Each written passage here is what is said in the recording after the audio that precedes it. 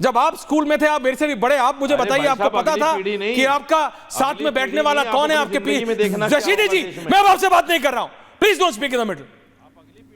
आप किसी स्कूल में अगर गए हैं रशीदी जी, तो मैं चैलेंज करके बोल रहा हूं, आपको भी नहीं पता होगा, सहारनपुर में भी नहीं पता होगा पीछे कौन बैठा है, आगे कौन बैठा है। भाटिया जी, अभी पिक्चर चल रही है जेएनयू में, पसंद नहीं आई किसी को, साबरमती रिपोर्ट जो पीएम ने देखी थी, पथराव हो गया। ये बच्चे हैं, they have not seen the real life, तब ये हालत है अभी। भाटिया जी। ब्रदर, भाई साहब, मैं आपको एक बताऊं, पहले तो मैं आपको इतना कह दूं कि हमारे संस्कारों में हमें सिखाया है कि हिंदू मुस्लिम हमने कभी फर्क समझा ही नहीं है। मेरे आज भी आधे से दर्जन से ज्यादा दोस्त मुसलमान हैं जिनके घर में हम लोग खाते हैं, वो हमारे घर में खाते पीते हैं, हम उनके घर में खाते पीते हैं, उनके त्योहार तीज त्योहार मनाते हैं, वो हमारे तीज त्योहार मनाते हैं। ये एक ताना बाना कई साल से चला आ रहा है और आज चलता रहेगा। तो तोड़ कौन रहा है? राजनेताओं ने, जिन्होंने ये खराब करना है, ये राजनेता सिंपल अपनी दुकानें बनाने के लिए, अपनी दुकान चलाने के लिए, नथिंग एल्स। मुझे अफसोस आज के बच्चों पे है कि वो इस बात को अभी समझ ही नहीं पा रहे, इतनी एजुकेशन होने के बाद नहीं समझ पा रहे कि हो क्या रहा है। गोल्डन टेम्पल, मैं एग्जांपल दे रहा हूं, गोल्डन टेम्पल जो हरिमंदिर साहब जिसको आप बोलते हैं सिखों का सबसे बड़ा धरोहर है, उसका नींव पत्थर मियां मीर जी ने रखा। मियां मीर एक मुसलमान थे, मियां मीर एक मुसलमान थे। तो क्या ये मुसलमान भाई कल जाके गोल्डन टेम्पल को क्लेम कर लें कि भैया उसका तो नींव पत्थर ही मुसलमान ने रखा था? झगड़ा चालू। इस तरह ये देश नहीं चल सकता भाई साहब। ये सच्चाई है, ये सच्चाई है कि ये हिंदू देश था, हिंदू थे, और यहां पर मुस्लिम बाल बाद में कन्वर्ट हुए, तो सारे मुसलमानों को बोल दो कि वापस हिंदू बन जाओ। फिर क्या ये हल है? क्या ये हल है? बताइए आप।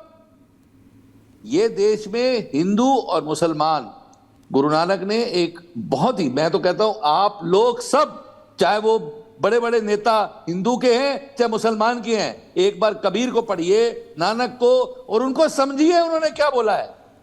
इस देश के लिए बोला है कि एक साथ हिंदू और मुसलमान इस देश में रहे हैं। नानक को दफनाया भी गया है, नानक को जलाया भी गया है। अगर ये बात समझ में आ जाए बच्चों को भी, अगर ये बात समझ में आ जाए, तो इस देश में कोई भी राजनेता उनका कुछ बिगाड़ नहीं पाएगा, और नहीं तो इस देश को बचाना आने वाली पीढ़ियों के लिए बहुत मुश्किल हो जाएगा। सरवर साहब, सरवर साहब, सरवर साहब, सरवर साहब जी, मैं आपका व्यू पॉइंट जानना चाहता हूं। असल में आपके डिबेट में मसला दो छिड़ा हुआ है जी। एक मसला आपका छिड़ा हुआ है फिल्म का, साबरमती का। नहीं, ये तो अभी अभी हुआ है। मैं कह रहा हूं, देखो प्रॉब्लम नहीं, देखिए सरवर साहब, अगर कोर में जाएंगे, नहीं देखिए सरवर साहब, कोर में जाएंगे ना, जड़ में जाएंगे, तो मसला एक ही है। डिवीजन इतना स्ट्रांग हो गया है, डिवीजन इतना स्ट्रांग है, वो हर चीज पे, मंदिर मस्जिद से लेकर वो पिक्चर तक डिवाइड हो गया। आप समझिए, अपनी अपनी पसंद हो सकती है, लेकिन दूसरे की पसंद को नापसंद कर देना भी एक रहने का तरीका है। कहां से शुरू हुए थे, कहां तक आ गए, प्रॉब्लम एक ही है। ये उसके स्प्राउट्स हैं, ये उसका रिजल्ट है, ये उसका मतलब ये उसकी वजह से हो रहे हैं, ये उसके बाय प्रोडक्ट्स हैं, ये प्रॉब्लम्स जो हो रही हैं। सरवर साहब बात समझिए, जड़ एक ही है।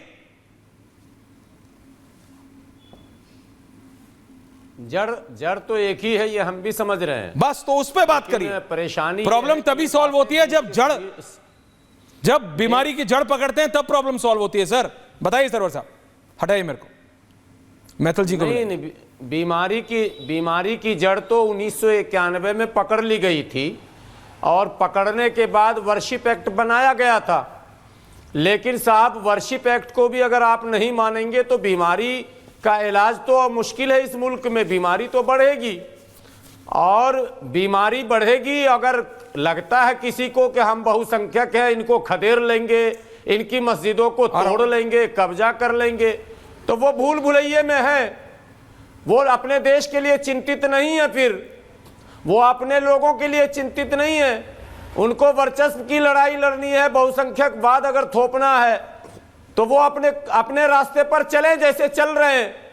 केवल एक पक्ष को बदनाम करके जबरदस्ती आप मुल्क का माहौल खुद खराब कर रहे हैं और मुसलमानों को बदनाम कर रहे हैं साहब।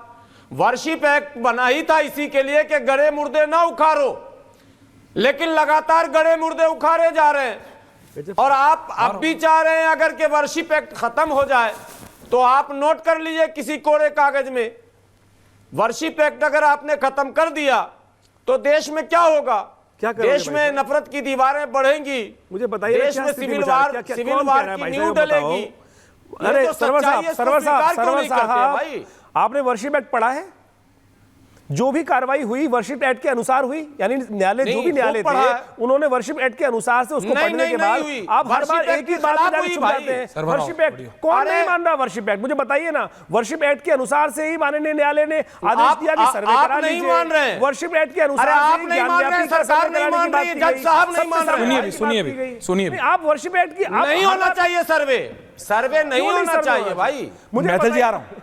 क्यों नहीं होना चाहिए सर्वे? अभी आप विज्ञान की बात कर रहे थे, विज्ञान की डेफिनेशन क्या है? क्यों नहीं हो? क्या होगा ये बताओ ना। मॉडर्न एज में क्यों सर्वे होगा? डेफिनेशन क्या है? इस साइंस रिजिड साइंस के अंदर क्या है कि अगर मैंने यहां तक सत्य देखा है, उसके बियॉन्ड सत्य है, तो उसको अन्वेषण करने की आवश्यकता है। क्या आप अपने, मेरे पिता किस प्रकार के घर में रहते थे, अगर मैं आगे बढ़ रहा हूं तो मैं अपने पूर्वजों को भी जानना चाहता हूं। विज्ञान के अंदर इसको स्थान दिया गया है। यदि आज जिज्ञासा है तो हमारे हिंदुस्तान के लोगों के अंदर, नहीं, अब सुन लीजिए, अब सुन क्या क्या क्या क्या कह रहे हैं आपके पंडित जी, सुन लीजिए, आपके पूर्वज तो विदेशी थे ना भाई। कौन कह रहा है भाई साहब? अब यही सत्य है ना कि आप जो बता बिगड़ना चाह रहे हो, आप मानने के लिए नहीं पैदा। ये फिलॉसफी कहां से आई? ये फिलॉसफी कहां से आई? मैं नहीं कह रहा हूं। किसने लाई ये फिलॉसफी? वोल्गा से गंगा तक कह रहा है। कौन सी फिलॉसफी लाए? Arctic home in the Vedas कह रहा है। मैक्स मूलर की फिलॉसफी है। डिस्कवरी ऑफ इंडिया कह रहा है। मैक्स मूलर जानते हो? मैक्स मूलर कौन था? अरे भाई सरवर साहब, पढ़े लिखे हो ना? आर्यन्स कौन है? मैक्स मूलर कौन था पता है? सरवर जी ऑडियो लिखी थी, उसने डिनाई कर दिया उसको। आर्यन्स कौन है? आप आर्यन्स कौन है? यहाँ आर्यन्स कौन है? मैक्स मूलर ने 50 आर्यन कौन है? अरे आर्यन कौन है? एक एक करके आर्यन कौन है? आर्यन 45 सेकंड सर्वर साहब, आचार्य जी 45 सेकंड सर्वर साहब बोल रहे हैं, बोलिए सर्वर आर्यन साहब। कौन है? 45 सेकंड जी बोलिए, अब बोलिए, अपनी अपनी बात रखिए। अगर इस चक्कर में पड़ेंगे तो भारत के आर्यंस विदेशी हैं, आक्रमणकारी हैं, ये भी इतिहास है। और ये इतिहास किसी और ने नहीं लिखा। मैं संकल्प पढ़ता हूं, मैं भारतीय संस्कृति का संकल्प पढ़ता हूं। तिलक ने लिखा, बाल गंगाधर तिलक ने लिखा, जवाहरलाल नेहरू ने लिखा, रुमिला थापर ने लिखा। शब्द है, आर्यव्रत शब्द है, ये पूरा क्षेत्र आर्यव्रत है। आर्यव्रत को जो मिस इंटरप्रिटेशन किया गया है, आप पढ़ना नहीं चाहते। नहीं है ये कुरान और बाइबल के अनुसार से, अरे आपके बनाने से नहीं बनेगा। सत्य माने भारतीय संस्कृति में आर्यव्रत क्षेत्र आगे आर्यव्रत। अरे मैं नहीं लिखा हूं भाई, जवाहरलाल नेहरू ने लिखा भाई, निकला है भाई साहब। बाल गंगाधर तिलक ने लिखा। ओल्डेस्ट सिविलाइजेशन कौन सी है? वोल्गा से गंगा। सिविलाइजेशन कौन सी है? अभी आपने इंडस वैली, यूरेशिया अरे यूरेशिया जो है, यूरेशिया पढ़ो जाकर, पढ़ो जाकर, यही से अरे भाई यूरेशिया आप पढ़ लो।